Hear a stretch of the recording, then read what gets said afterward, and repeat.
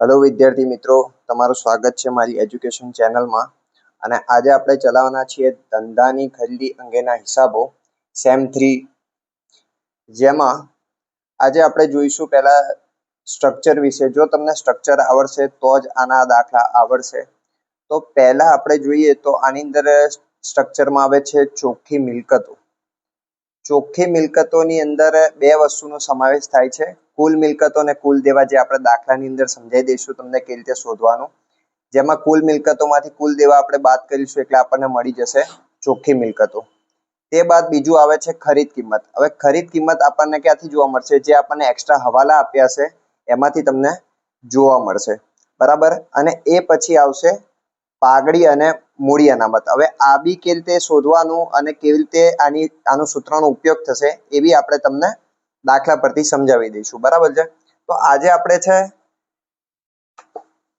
ચોપડીની અંદર page number 132 નો 16મો દાખલો Lavkush brothers ગણવાના છીએ. તો જેની જોડે ચોપડી હોય એમાં ધ્યાન આપે, નહીતર અહીંયા આપણી જોડે છે, સ્ક્રીનશોટ પાડીને તમે યુઝ કરી શકો છો. તો લવકુશ બ્રધર્સ પેઢીનું તારીખ 31/3/2024 ના રોજ પાકું સર્વે નીચે મુજબ છે. તો કેવી રીતે સ્ટેપ બાય સ્ટેપ દાખલો થશે, તો ચલો આપણે સમજીએ આ દાખલાને. તો પહેલા આપણે અહીંયા હેડિંગ આપીશું લવકુશ બ્રધર્સ. હવે આપણું સ્ટેપ નંબર 1 શું છે?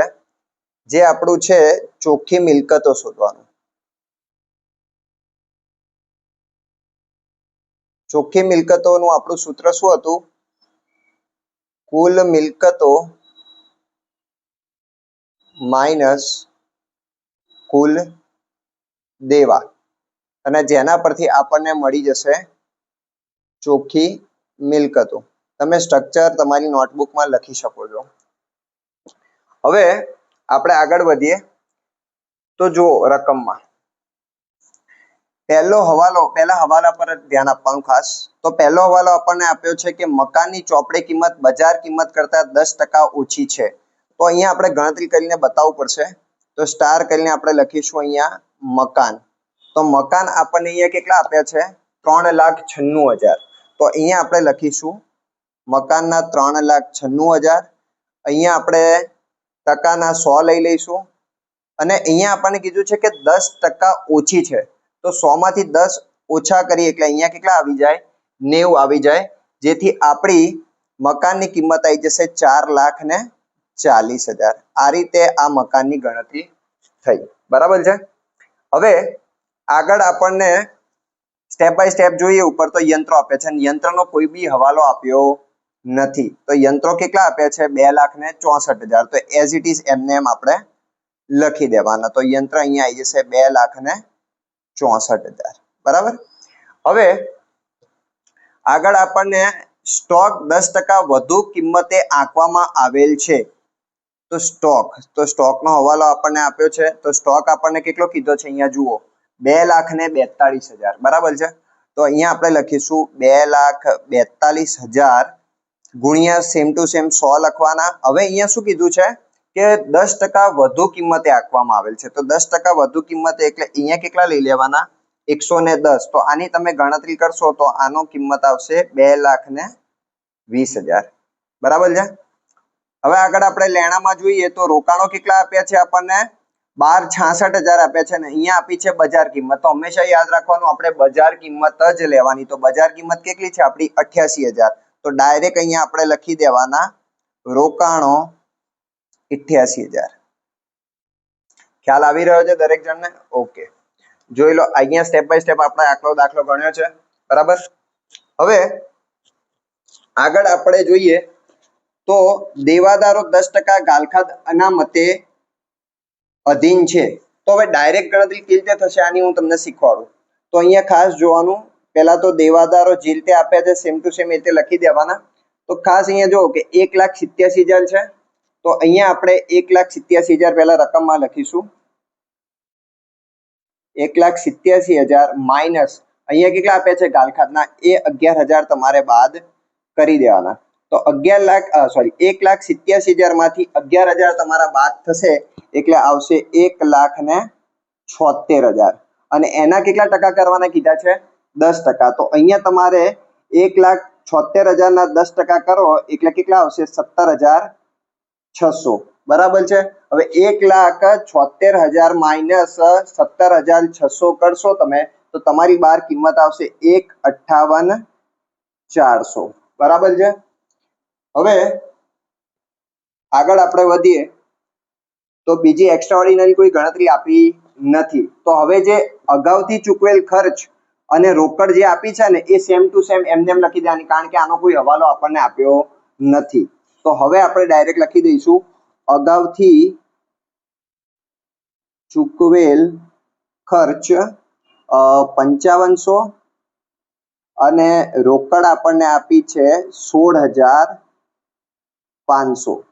તો હવે આ બધાનો તમે ટોટલ કરશો એટલે તમારું ટોટલ આવશે 11,92,400.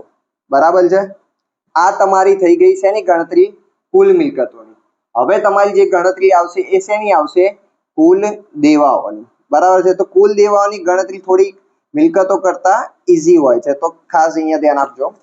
તો અહીંયા તમે જુઓ, પહેલું તમને અહીંયા જો મૂડી દેવા લખેલું છે, તો મૂડી દેવામાં આપણે જોઈએ કે કારીગર નફા ભાગ ભંડોળ. તો કારીગર નફા ભાગ ભંડોળ આપણે ભાગીદારોમાં વેચીએ નહીં એટલે આપણા માટે શું કહેવાય? દેવું જ કહેવાય. તો અહીંયા લખી દઈએ ડાયરેક્ટ કારીગર નફા ભાગ ભંડોળ કેટલું છે? 22,000. તો ડાયરેક્ટ અહીંયા 22,000 આપણે લખી દેવાના. બરાબર. એના પછી આપી છે આપણને કારીગર અકસ્માત વળતર ફંડ. હવે ફંડ ભાગીદારોમાં વેચાય જેથી આપણા માટે દેવું નથી એટલે એની એન્ટ્રી આવશે નહીં. એના પછી છે બેંક લોન. બેંક લોન આપણા માટે દેવું કહેવાય એટલે એ ડાયરેક્ટ આવશે 4,40,000. એના પછી લેણદારો. લેણદારો પર દેવું કહેવાય તો ડાયરેક્ટ લખી દઈશું લેણદારો અહીંયા આવશે 55,000.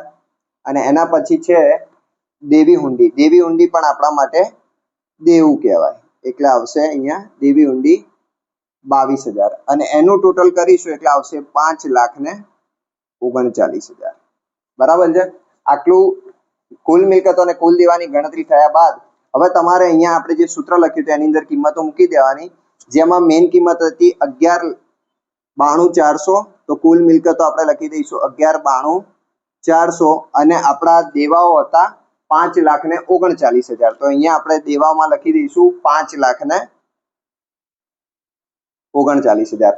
હવે 11,92,400 માંથી 5,39,000 આપણે બાદ કરીએ એટલે આપણા હાથમાં આવશે ચોખ્ખી મિલકતો 6,53,400. તો આપણું આ પહેલું સ્ટેપ એકદમ ક્લિયર થઈ ગયું. દરેક જણને ક્લિયર? ઓકે. હવે આપણે બીજા સ્ટેપ તરફ વધીએ તો બીજું સ્ટેપ આપણા સ્ટ્રક્ચર મુજબ જોવા જઈએ તો ખરીદીનું હતું. બરાબર છે. તો હવે ખરીદીનું આપણે સ્ટેપ જોવા જઈએ તો ખરીદી માટે પણ તમને હવાલામાં કિંમતો આપી હશે. બરાબર છે. તો હવે પહેલા જોઈએ તો ખરીદીમાં પહેલી આપણને ઇક્વિટી શેર મૂડી માટે બાબત આપી છે. તો અહીંયા લખીશું ઇક્વિટી શેર મૂડી ₹80 ભરપાઈ થયેલા 4400 ઇક્વિટી શેર ₹120 ના ભાવે. તો અહીંયા તમારે 4400 ગુણ્યા કેટલા કરવાના? 120 કરી નાખવાના. તો 4400 ગુણ્યા 120 કરશો એટલે આવશે 5,28,000 રકમ તમારી આવશે. બરાબર. કેલ્ક્યુલેટરમાં તમે કેલ્ક્યુલેશન કરી શકો છો. અને એ પછી તમને રોકડા 1,03,400 આપવાના છે. તો અહીંયા આપણે લખીશું રોકડ અને બેંક આંતે લખશો તો બી ચાલશે 103,400. અને હવે તમે અહીંયા આ બંનેનું ટોટલ કરશો એટલે અહીંયા તમારી કિંમત આવી જશે 6,31,400. હવે મેં તમને આગળ વાત કરી હતી એ મુજબ પહેલા અહીંયા કિંમત જોઈ લો. જો અહીંયા ઇક્વિટી શેર મૂડી 4400 ગુણ્યા 120 આપેલા છે, એનો ગુણાકાર કર્યો એટલે તમને 5,28,000 મળી ગયા. અને અહીંયા તમને 1,3400 ડાયરેક્ટ આપેલા છે જે રોકડ બેંક કરીને મેં ડાયરેક્ટ કિંમત આપી દીધી. બંનેનું ટોટલ કરી દીધું એટલે અહીંયા આપણે ખરીદીની કિંમત આવી ગઈ. હવે તમારે એક વસ્તુ ધ્યાન રાખવાની છે ખાસ, સ્ટ્રક્ચરમાં મેં તમને બે સૂત્ર લખાયા છે, એક પાઘડીનું સૂત્ર લખાયું છે અને એક મૂડી અનામતનું. તો હવે પાઘડી ક્યારે લેવાની, મૂડી અનામત ક્યારે લેવાનું ને એમાં ખાસ ધ્યાન આપવાનું. તો પાઘડી જ્યારે ખરીદ કિંમત વધારે હોય અને ચોખ્ખી કિંમત ઓછી હોય ત્યારે પાઘડી લેવાની, કન્ફ્યુઝ ના થતા. અને મૂડી અનામત ક્યારે લેવાની? જ્યારે ચોખ્ખી કિંમતની ચોખ્ખી મિલકતની કિંમત વધારે હોય અને ખરીદ કિંમત ઓછી હોય ત્યારે. તો અહીંયા આપણે જોઈએ તો ખરીદીની કિંમત ચોખ્ખી મિલકત કરતા કેટલી છે? ઓછી છે. તો આપણે અહીંયા શોધવાનું આવશે મૂડી અનામત. તો આપણે મૂડી અનામતનું સૂત્ર લખીશું કુલ મિલકતો ચોખ્ખી મિલકતો માઇનસ ખરીદ કિંમત. તો 6,53,400 આપણી આવી હતી ચોખ્ખી મિલકત અને ખરીદ કિંમત હતા 6,31,400. તો તમે બાદ કરશો તો તમને મૂડી અનામત મળી જશે 6,53,400 માંથી 6,31,400 બાદ કરો તો મૂડી અનામત મળી જશે તમને 22,000. તો આ થયો આપણો અડધો દાખલો. બીજા આગળના બે સ્ટ્રક્ચરમાં આવે છે આમનોન અને પાકું સરવૈયું, પણ આટલો પહેલા દાખલો ક્લિયર કરો અને કોઈ ક્વેરી હોય તો મને કમેન્ટમાં જરૂરથી બતાવજો. અને બીજા આવા દાખલા તમારે ગણવા હોય, મહેનત કરવી હોય તો મને આગળ કમેન્ટ કરજો, હું આવા બીજા દાખલા તમને જણાવીશ. Thank you so much.